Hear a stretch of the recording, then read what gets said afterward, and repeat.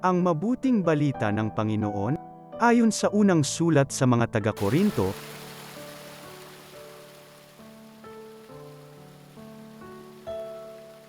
mga kapatid, si Kristo'y muling binuhay bilang katibayan na muling bubuhayin ang mga patay. Kung paanong dumating ang kamatayan sa pamamagitan ng isang tao, gayon din naman, dumating din ang muling pagkabuhay sa pamamagitan ng isang tao. Sapagkat kung paanong mamamatay ang lahat dahil sa kanilang kaugnayan kay Adan, gayon din naman, mabubuhay ang lahat dahil sa kanilang kaugnayan kay Kristo, ngunit ang bawat isa'y sa kanya-kanyang takdang panahon, si Kristo ang pinakauna sa lahat, pagkatapos, ang mga kay Kristo sa panahon ng pagparito niya.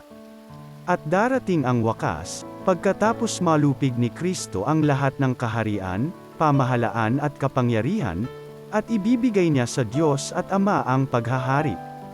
Sapagkat si Kristo'y dapat maghari hanggang sa malupig niya at lubusang mapasuko ang kanyang mga kaaway. Ang kahuli-hulihang kaaway na kanyang pasusukuin ay ang kamatayan.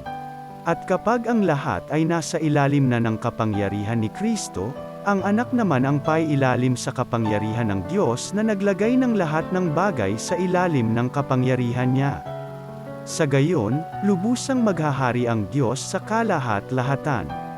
Ang mabuting balita ng Panginoon.